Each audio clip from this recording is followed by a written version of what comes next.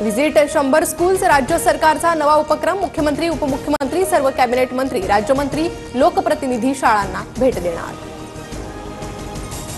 नागपूरमध्ये एमएसएफ जवान आणि पोलिसांमध्ये राडा। पोलीस मद्यधुंद अवस्थेत असल्याचा एमएफएस जवानाचा आरोप।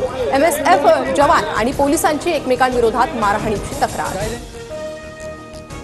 रत्नागिरीच्या चिपळूणमध्ये अल्पवयीन मुलीवर सावत्र वडिलांकडून अत्याचार। सावत्र वडिलांवर पॉक्सो अंतर्गत गुन्हा दाखल। मुंबईच्या वरळीत टोरेस स्कॅम देखावा। टोरेस घोटाळ्याविरोधात 50 फूट उंचीचा देखावा साकारला। आज रात्री देखाव्याचं दहन केलं जाणार। होळीमुळे पश्चिम रेल्वेवरील प्रमुख स्थानकात प्रवाशांची संख्या वाढण्याची शक्यता। यामुळे प्रत्येक घडामोडींवर नियंत्रण ठेवण्यासाठी पश्चिम रेल्वेकडून वॉर रूम तयार। दादा 13 रेल्वे प्रवाशांचे हाल होऊ नये म्हणून निर्णय। तर धुळवड दिवशी पुणे मेट्रोच्या वेळापत्रकात बदल। पुणे मेट्रो सकाळी 6 ते दुपारी 3 पर्यंत बंद राहणार।